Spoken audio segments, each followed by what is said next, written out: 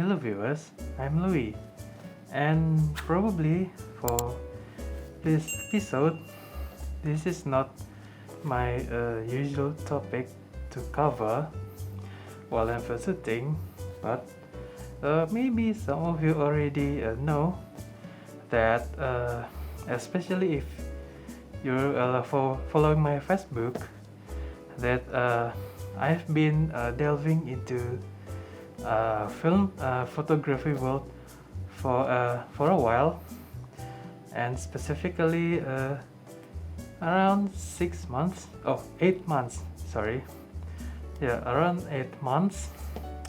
So yeah, I'd like to share you how exactly did I got into the film photography in the first place. So back in February 2022, I opened a drawer in working room, but suddenly I stumbled upon this. Yeah.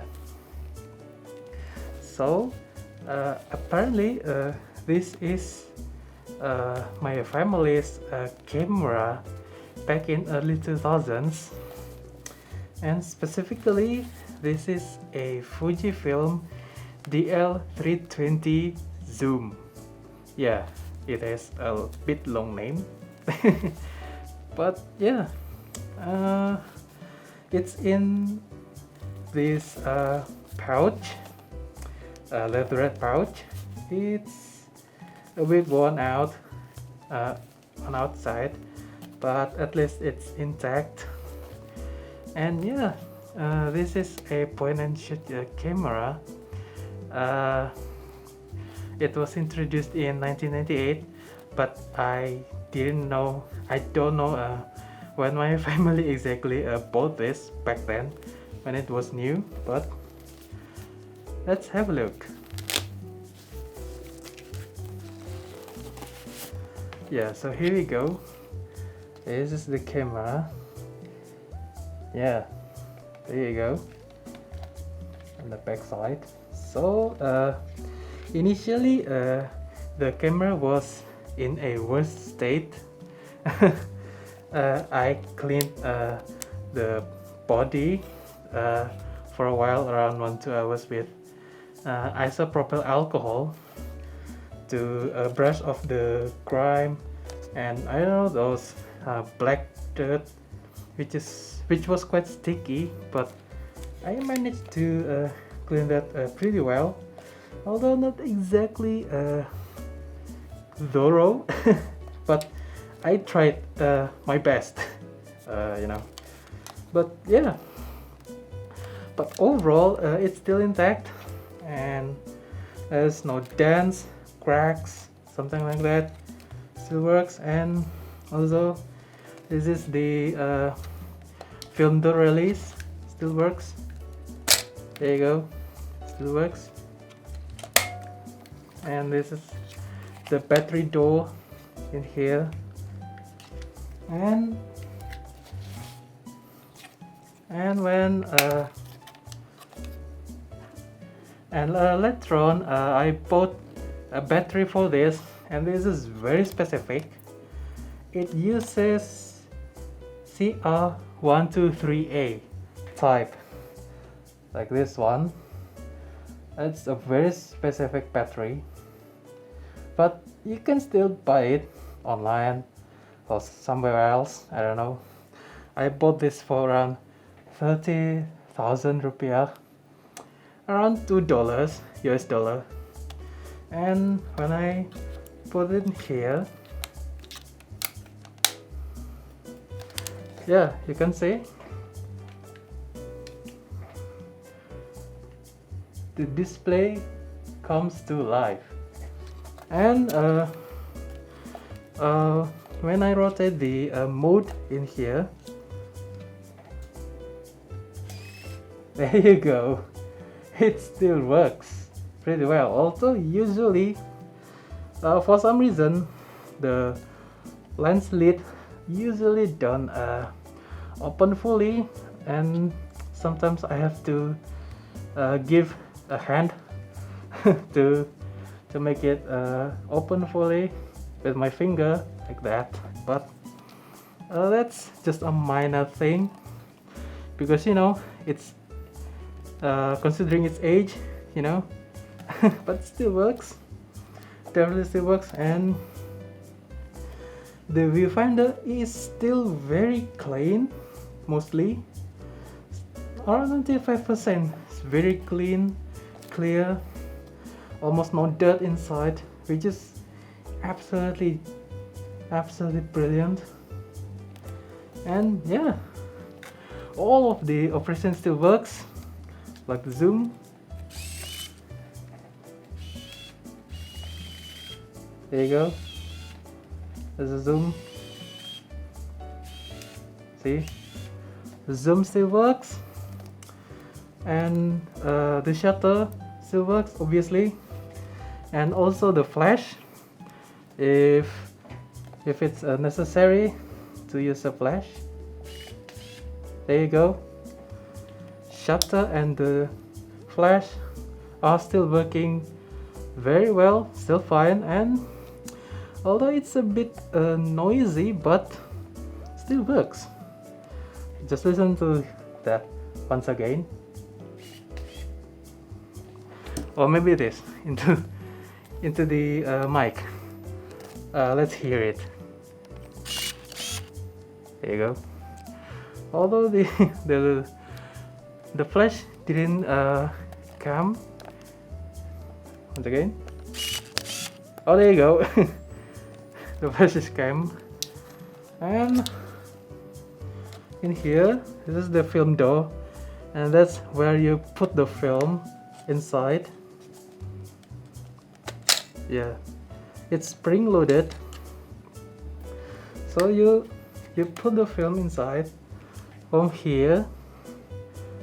Just slide it inside and pull the film leader to here, and when you're ready, just close it and listen to this.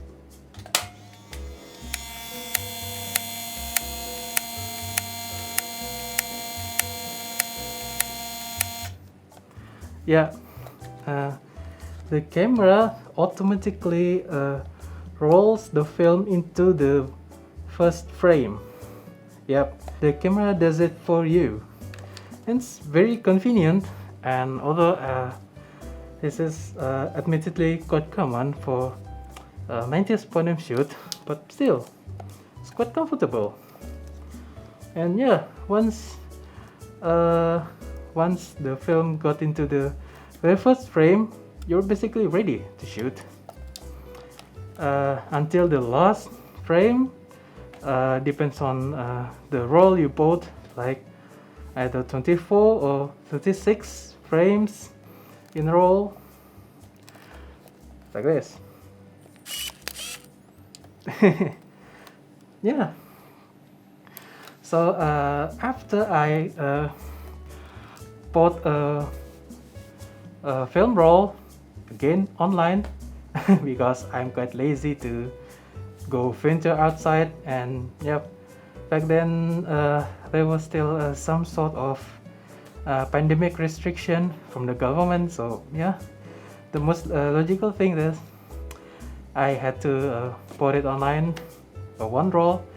And I still remember the first roll was a Kodak Gold 200, because I heard Kodak Gold 200 has a warm tone, which is I prefer to go with the vintage style photos.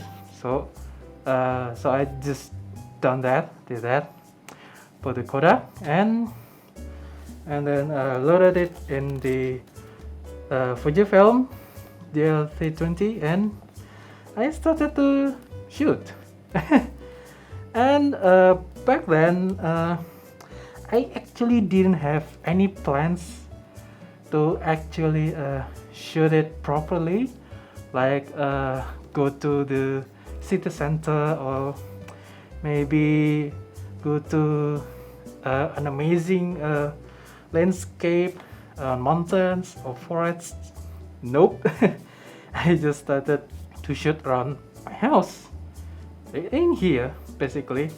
So I went to the back garden and also to the front of my house, the surrounding of my house, and also my neighbors, and also I strolled a bit so, to walk around the neighborhood, something like that. Yeah, I didn't do crazy things to start off. But yeah, that's pretty much how I get started with film photography. And another reason why I wanted to do this is because simply nostalgia. Nostalgia, yeah, exactly. So yeah,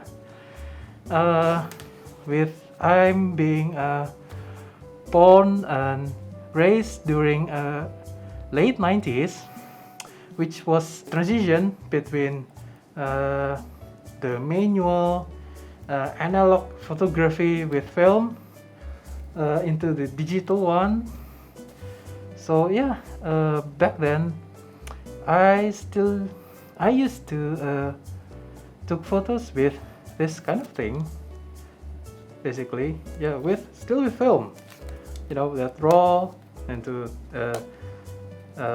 pull the film, something like that, and shoot like this, go like that, and then you have to go to the film lab to develop your film once you're done with it, and you have to wait around 1 to 2 days, and then you take your developed film, and then you also might want to print those photos and then keep them in the album, etc., etc. Simply nostalgia that called me back then. And another reason is because maybe like so many other maybe millennials, and also maybe possibly even the Gen Z, people think that digital photography is sure very convenient, and also you can instantly see the results, but it feels dull. Yeah, it feels dull. Meanwhile, with film photography, you have to think a lot before you actually press the shutter release.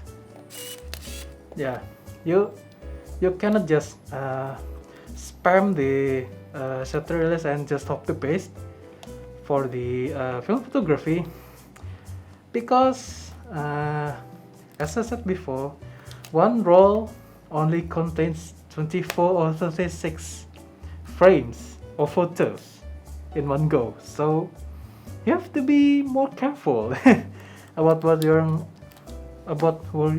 you're about to take photos. Unlike digital, technically you can take digital photos indefinitely if you don't regard the size of the SD card.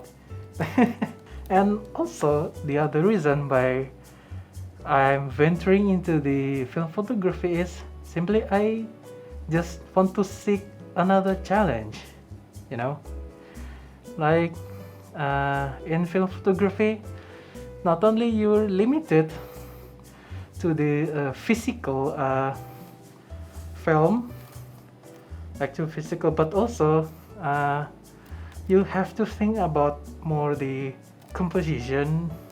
You have to be more deliberate, and also especially if the camera doesn't have light meter built in, or if it has but it doesn't work, or simply dead, and that means you're either have to use Sunny 16 rule, which is I don't really fancy. I usually prefer a bit more convenient way, which is using handheld light meter Sadly, I don't have it one in my hand right now. But yeah, there you go. I turn it off, and yeah, to put this up again to save the battery.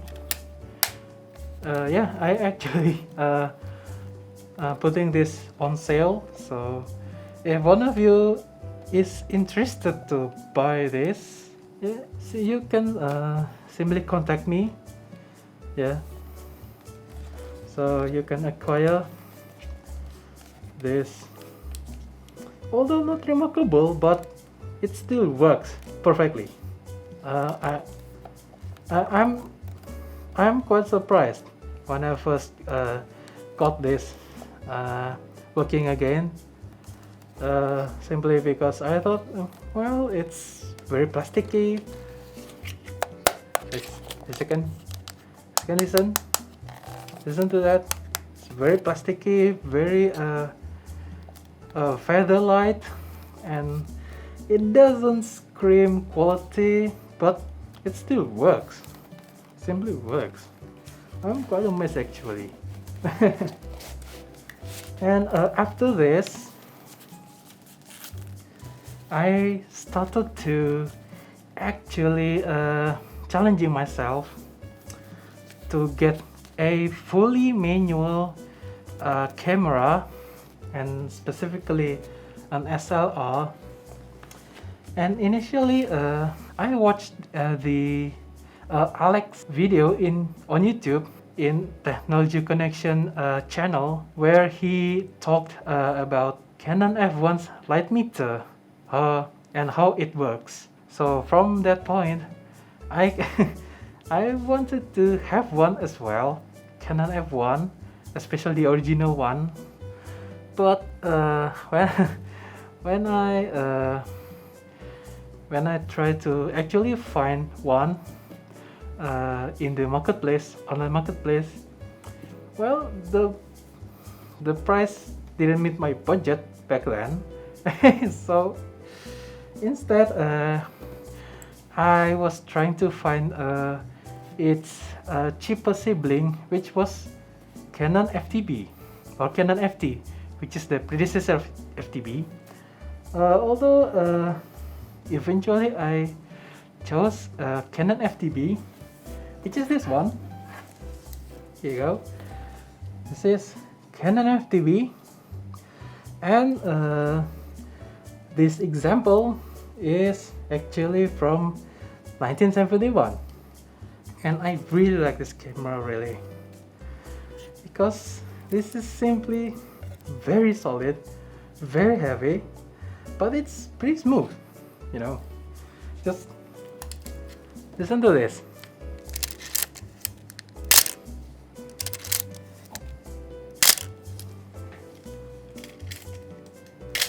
I really like to operate this camera, or just simply fidgeting around. This is the aperture ring. This is how it sounds. Just listen to that. Simply marvelous thing to behold and to operate. Really like this one. Film cameras are really full of quirks, which I really adore, and this one simply does just that. So this is 1969 Miranda Sensomat. This Miranda is full of quirks, and one of them, as you might can see, is this. So this is the shutter release, unlike on almost every other cameras, which is located on the top plate like this. And here in Miranda it's on the front. And also, not only that, this Miranda and almost almost every single model of Miranda does have this feature. Are you ready? Yes, there you go.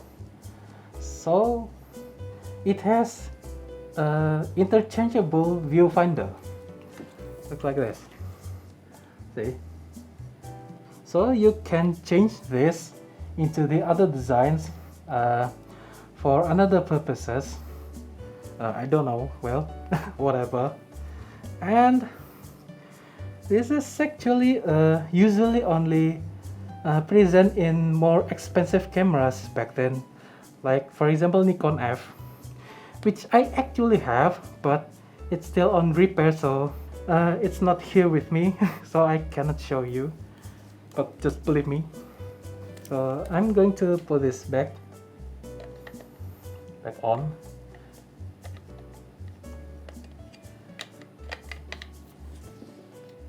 There you go. So yeah, that's how I actually got into the film photography. And as always, if you like my video, don't forget to like and subscribe my channel. Bye bye.